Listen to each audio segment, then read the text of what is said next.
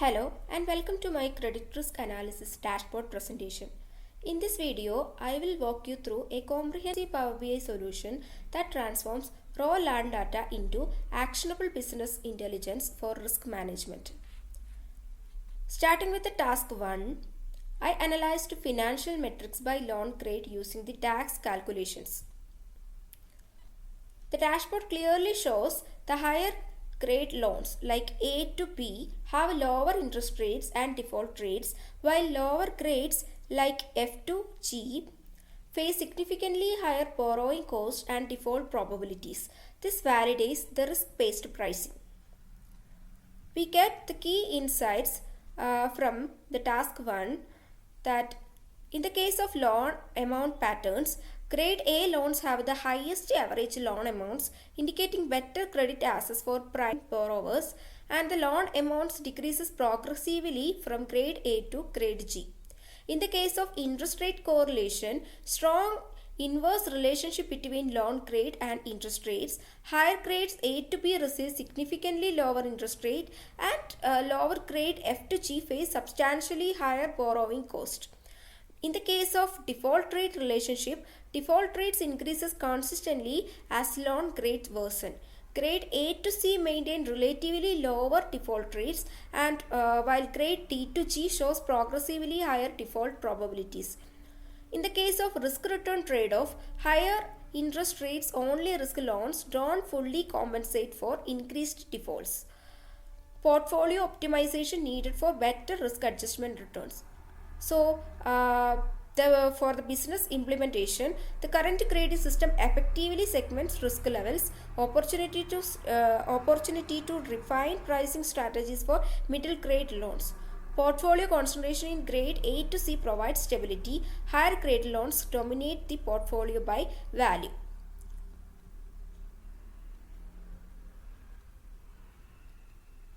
Moving to the task 2 reveals critical patterns in default rates. Renters with less than 2 years employment history shows the highest default risk.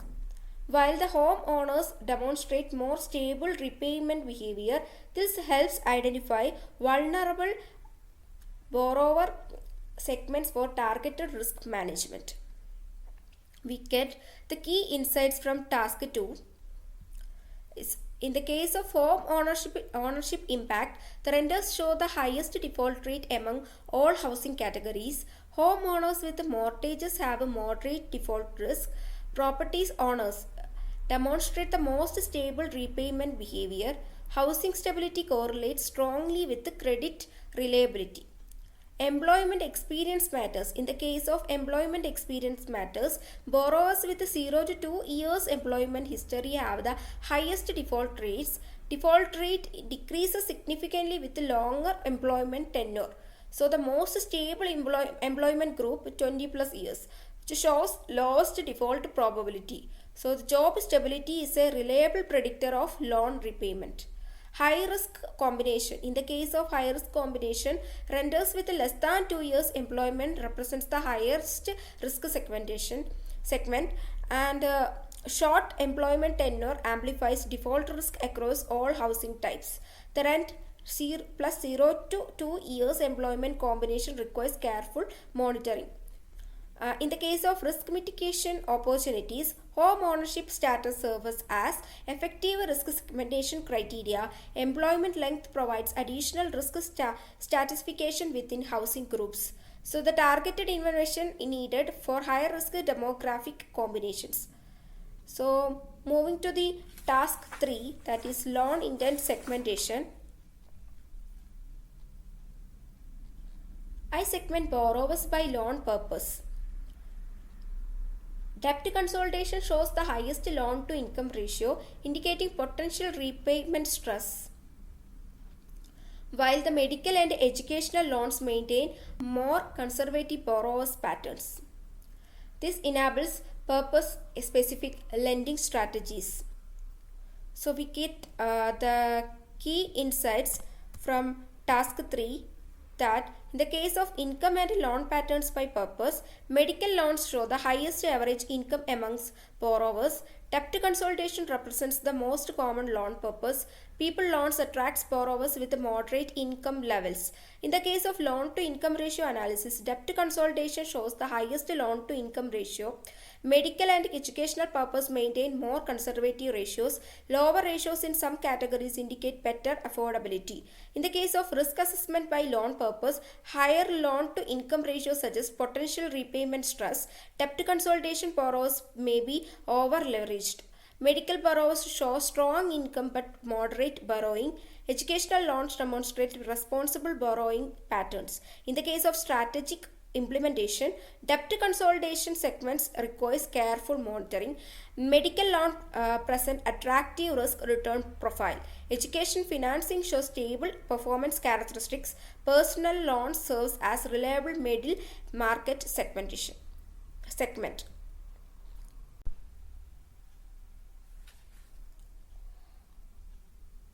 For task 4, I implemented time-based analysis using credit history length. The dashboard shows how default patterns evolve over time, helping identify when loans are most vulnerable and enabling proactive risk monitoring throughout the loan lifecycle. We get the key insights from task 4 that the default rate decreases as credit history length increases. Customers with 1 to 2 years of credit history shows the highest default rate, while those with 11 to 20 years shows the lowest. That is, the 11 to 20 years shows the lowest. A clear negative correlation exists between the credit history and the length default rate. And borrowers can be segmented into high 1 to 2 years, medium 2 to 5 years and low risk groups. That is, the borrowers can segmented into high, medium and low risk groups. Findings suggest that the longer credit history improves credit worthiness and should be factored into lending and risk assessment models.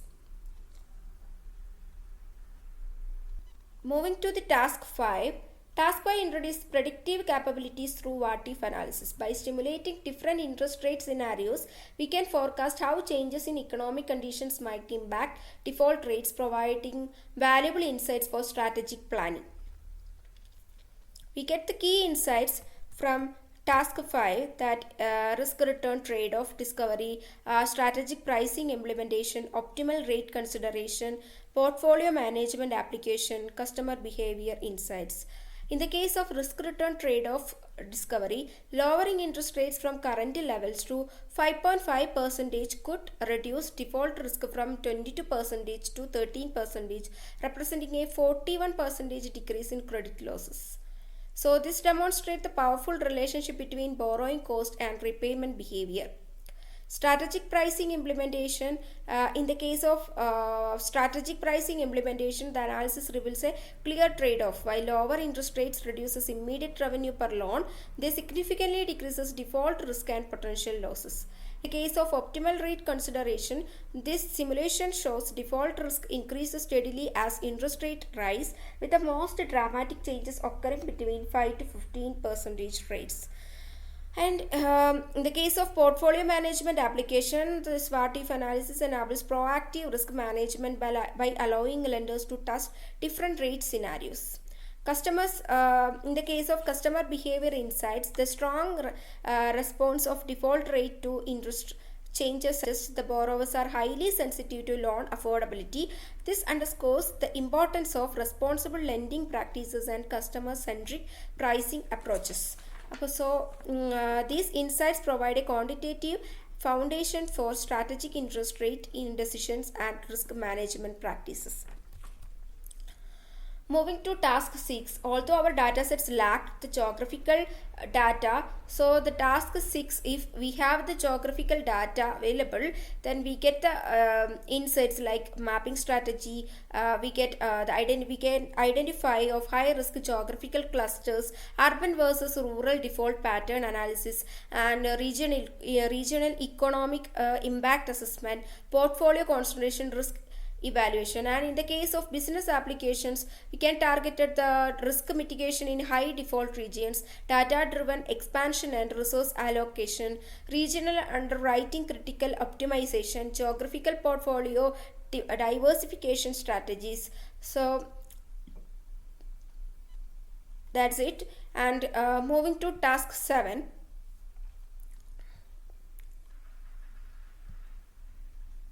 So the task 7 represents our advanced risk assessment engine. Using custom task formulas, I created multi-factor risk score considering loan amount, income percentage, default history and employment length. The system successfully categorized loan into low, medium, high risk segments with clear correlation to actual default patterns.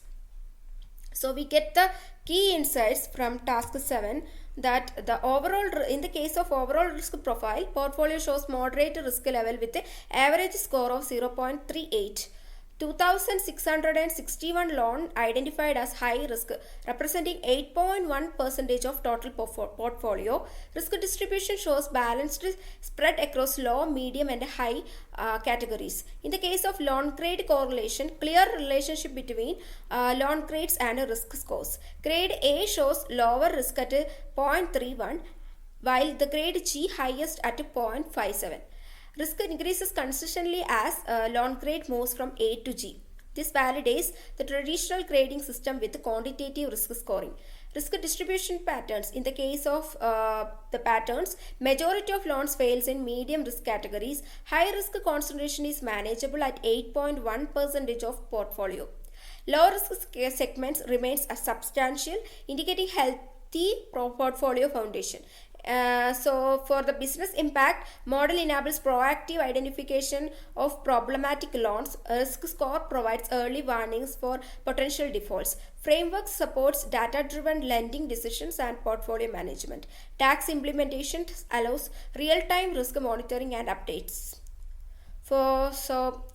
Custom risk scoring complements traditional credit assessment.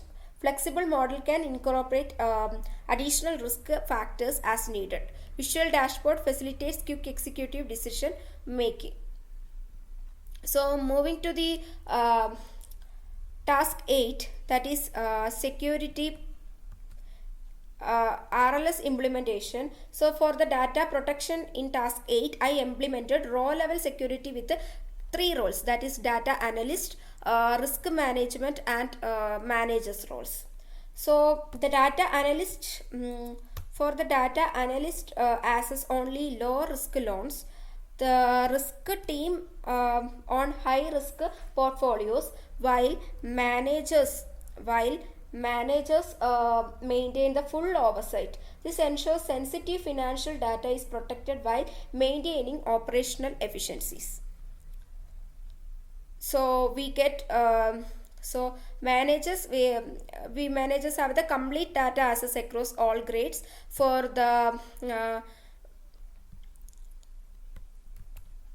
risk team, it only assesses only high risk loans like grade D to G, and for the data analyst, the only can view low risk loans.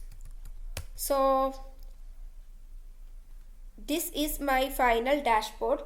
That is finally the task 9 brings everything together in an executive dashboard. So this is my final dashboard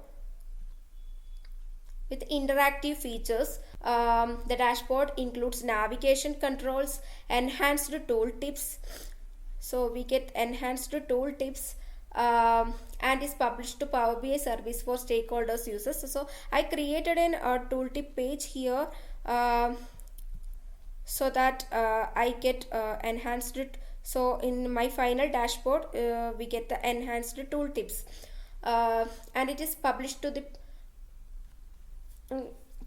the Power BI service stakeholder access. So this comprehensive solution enables data-driven credit risk management from individual loan assessment to portfolio level strategy. The dashboard has identified 2,661 high-risk loans requiring immediate attention, validating our grading system effectiveness and providing actionable insights for risk mitigation. So thank you for watching this demonstration for my credit risk analysis dashboard built in Power BI. Thank you.